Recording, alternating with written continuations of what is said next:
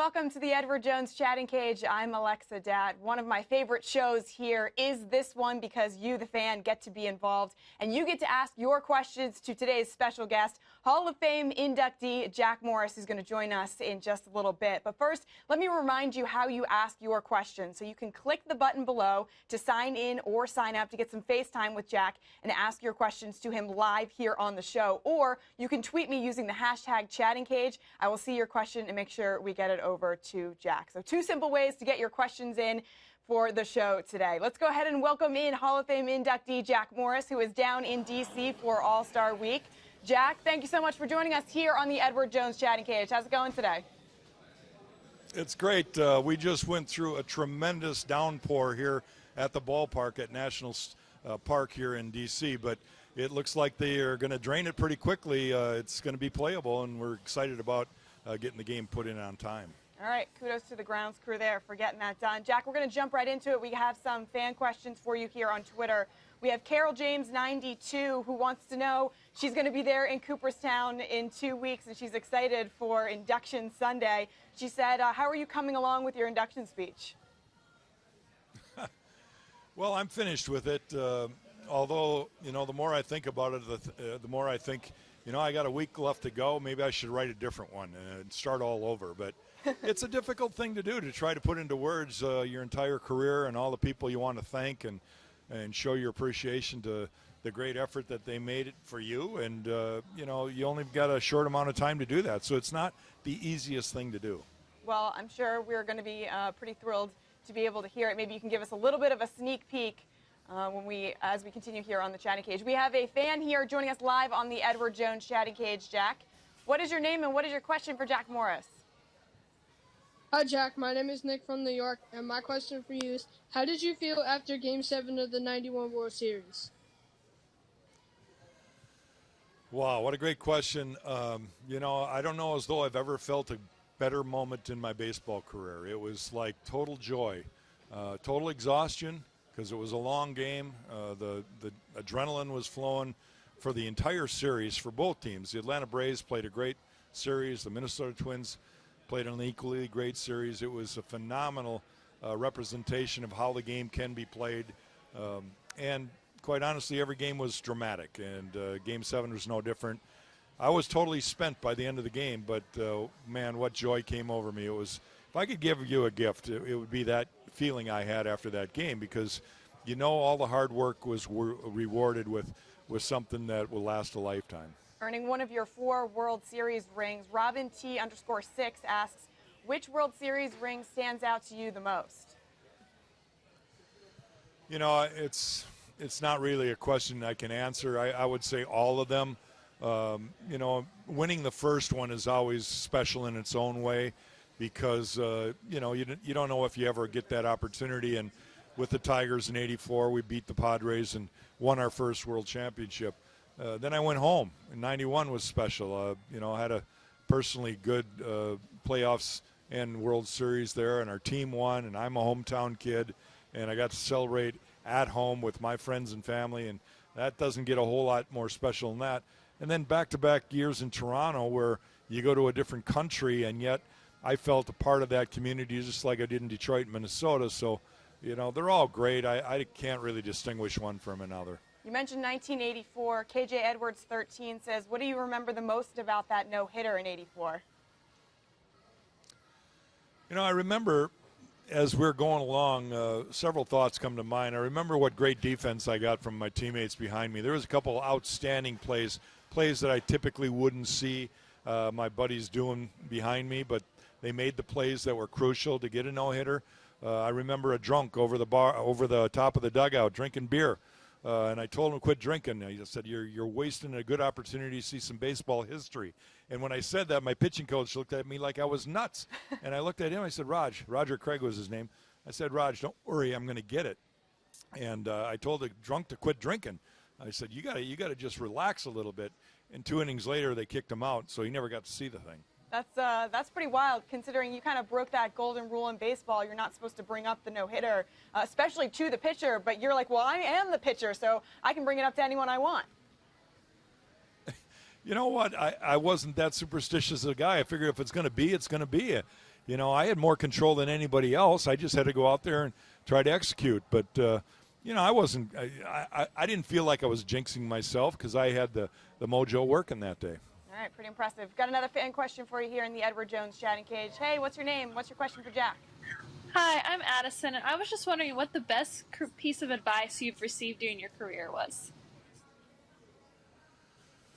Oh, man, you know, again, I could write a book on all the advice I've been given and what it means to me. But I think Sparky Anderson, my manager in Detroit, probably taught me more about how to play the game, what to expect out of the game, how to respect the game than any of the other managers. Because by the time I left Minnesota, I was a veteran player and kind of understood it all by then. But early on, Sparky taught me so many things, and some of the advice he gave me was, you know, you think you can win every game. You're not superhuman. You're not going to win every game. All you can do is do your best.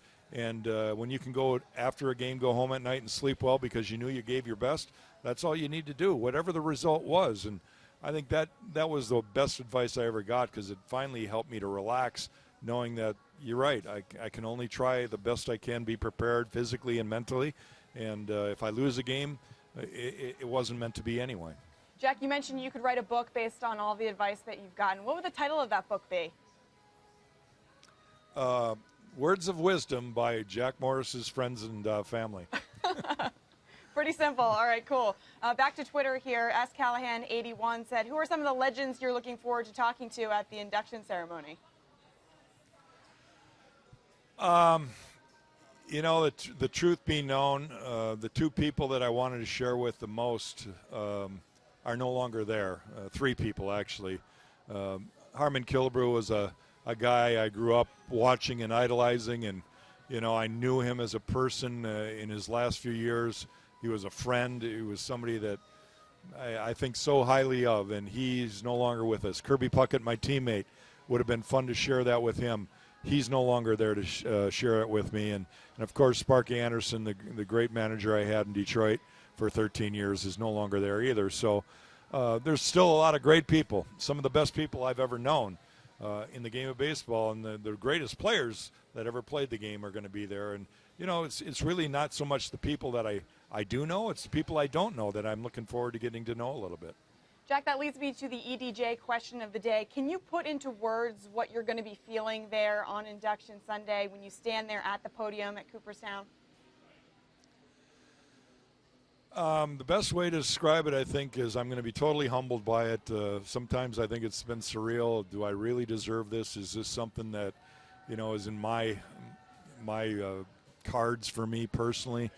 But I'm also going to realize it's a celebration for me and the other my fellow inductees, and that I've got to embrace that. It's a once-in-a-lifetime opportunity, and I've got to just try to acknowledge to everybody how grateful I am.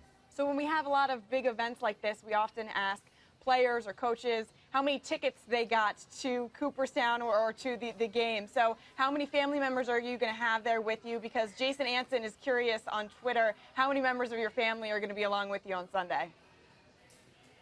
Well, I know that there's at least 40 some that are coming, some distant relatives, cousins, aunts, you know, my mother-in-law and my sister-in-law and, you know, my brother, sister, kids, wife, they're all going to be there. My dad's still alive at 92, and that's extra special for me. But we're using it as kind of a family reunion. We haven't all gotten together in a long time, and they're going to make the pilgrimage all the way from across the country, different states all across the country, to a little town in upstate New York to kind of have a party for a weekend. It's a beautiful excuse. Yeah, absolutely. All right, we got a fan here who is one of our fan favorites, actually, Lou, joining us here on the Edward Jones chatting cage. Hey, Lou, what's your question for Jack? Thank you so much, Madam Alexa Dot, and this great legend right here, Jack. My question for you, sir, is that in the near future from now, do you see yourself as a pitching coach? The answer to that is no. As far as a major league pitching coach, I finally have gotten over the thought process of getting back in uniform. I'm kind of a little bit old and don't want to make the commitment for the hours that they spend. But I certainly always feel like if there's something I can help anybody with, pitching, whether it be a big league pitcher or a kid you know, in amateur ball, Little League, whatever. If there's something that I can give them advice on and help them with, I'm certainly willing to do that. I think all of us have a responsibility who played the game to give our knowledge back to the next generation and hope that they can absorb it and benefit from it. Jack, maybe you can do that right now, because our next fan question comes to us from A. Campbell 91, who said you learned that split-fingered pitch a few years into your career. Can you take us through the process of learning that pitch? Yeah, I think it was 1983 that I actually started messing with it. My teammate Milt Wilcox played with Bruce Sutter with the Cubs, and Sutter was known for his really good split finger in the National League. He was probably the first guy in our generation to throw it. And he asked me if I ever thrown a forkball, and I didn't even know what he was talking about. So we were messing around in the bullpen on one of my in-between starts side sessions, and I probably threw 20 pitches, and I couldn't get a feel for it. And he grabbed my hand. He says, move your thumb on the side of the ball to see if you can pull your fingers through the ball better. And I threw about 2 more, and the third one just absolutely exploded down, and I just started giggling. I said, this is illegal. This is like cheating.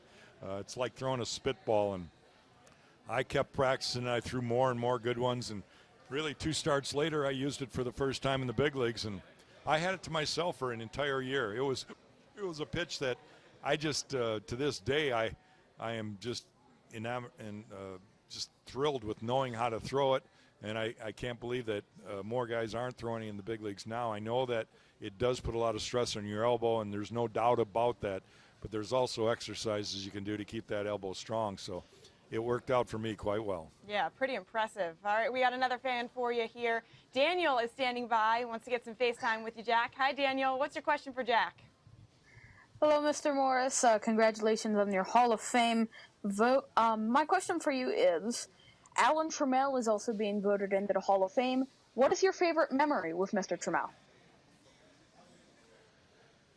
Well, you know, the ceremony is a week from this coming Sunday, and I'm really looking forward to that, to just be on the stage with the greatest players that ever played the game, and the respect that they get from their accomplishments in baseball is quite documented already. I'm still in awe about it all, quite honestly, and I just want to try to show how much gratitude I have to everyone for being given this opportunity. Hey, Jack, have you thought about your Hall of Fame plaque at all? Because I know you're going to have that plaque there in Cooperstown. Allison Polera asking on Twitter the accomplishments that you'd like to see listed on that plaque. You know, I don't believe I have any say in that. The Hall of Fame decides that. They've probably already determined that. I know I'm wearing a Tiger cap into the Hall of Fame. I'm going to be inducted as a Detroit Tiger Hall of Famer. And so I have a vision in my mind of what pitcher they might have used to make that plaque. But what's on the inscription, I'm kind of curious myself. I have no clue what they're going to say. All right, Jack, and the final question, let's bring it all full circle. Can you give us any sort of a sneak peek as to what you were going to say when you stand up there at the podium? Just try to thank so many people. I don't have enough time to go over it all. I'd love to be able to tell a lot more stories. I know that's probably what intrigues the fans a lot more than some of the monotonous things about everybody's career in baseball. But, you know, you can't help but thank the people. It means so much to me. So I'm going to do my best to try to go back and thank the people that were very, very meaningful.